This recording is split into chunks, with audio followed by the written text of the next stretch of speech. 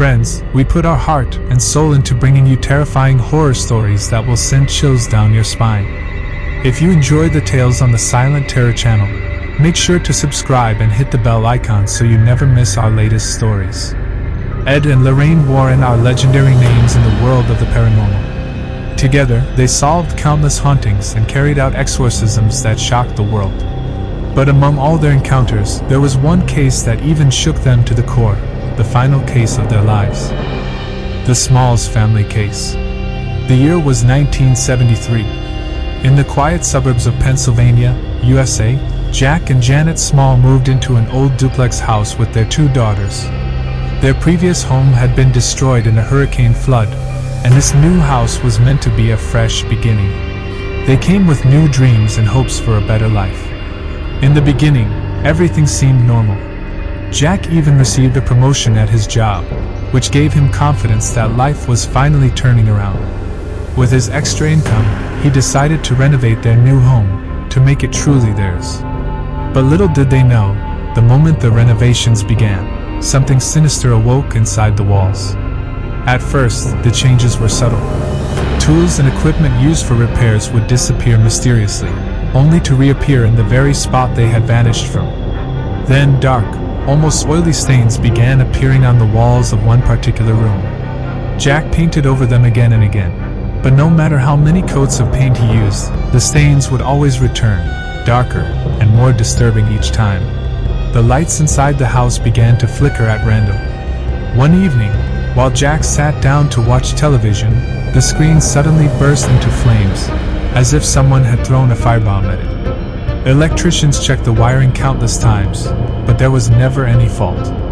The family's radio would turn on by itself in the middle of the night, blasting at full volume, even when it wasn't plugged in. Drawers and cabinets would slam open on their own, and in the middle of summer, the entire house would suddenly drop to a freezing temperature, as if winter itself had stepped inside.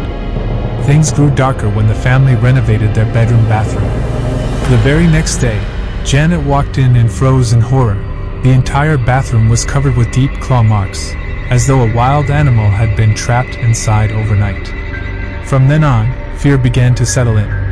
Janet often heard her mother-in-law calling her name from the next room, but whenever she checked, the older woman swore she hadn't spoken a word. The family began to hear voices, whispers calling their names, but there was never anyone there. One night, the couple was woken by the terrified screams of their daughter. They rushed into her room to find her pale and trembling, sweat pouring down her face. She pointed to a corner of the room, crying that someone was floating there, watching her. But Jack and Janet saw nothing.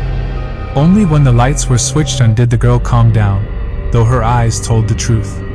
She had seen something. Not long after, while Janet was working in the kitchen, a sudden icy wind brushed past her. Thinking she had left the window open, she turned to close it. But the window was already shut tight. When she turned back, her blood ran cold. In the corner of the kitchen hovered a dark shadow, featureless, yet watching her. Her body froze with terror as the shadow drifted closer, before passing straight through her and vanishing into the wall. That night, her mother-in-law admitted that she too had seen the shadow. Soon, sightings of this faceless figure became frequent. The Smalls no longer doubted it. There was a spirit in their home. And while it seemed harmless at first, everything changed when Janet gave birth to twin daughters. One evening, as Jack sat in the living room with his children, a loud cracking sound came from the ceiling. He looked up just in time to see the massive chandelier above them break loose. Janet screamed and pulled the baby away just before the heavy fixture came crashing down, smashing into the floor where they had been seconds earlier. Had she been a moment late, it would have been fatal. Desperate, Jack sought help from the local church. A priest visited their home and performed a blessing ritual. For a short while, the strange activities ceased, and the family felt relief. But soon, the horror returned, more violent than ever. Kitchen appliances would catch fire, light bulbs exploded one after another, and family members often found themselves injured by flying objects. The horror escalated further when, right after another blessing ritual, their dog began barking uncontrollably. Before their very eyes, the animal lifted into the air and was hurled across the room, slamming into the wall with a sickening thud. The family watched in shock and terror as their beloved pet whimpered in pain. It was clear now, whatever spirit haunted their home wasn't just the presence. It was dangerous. Priests came and went, performing rituals again and again, but nothing seemed to stop the entity. Jack even begged for a full exorcism, but without evidence, the church refused. Trapped in a home they couldn't sell, with their savings already sunk into repairs, the Smurls were helpless. Years passed, and the nightmare continued. Until one day, someone told them about Ed and Lorraine Warren. Could the Warrens save the Smurls family from the darkness that had taken over their lives? Or would this haunting end in tragedy? To know what happened next, watch part 2 of the Smurls family case, only on the Silent Terror.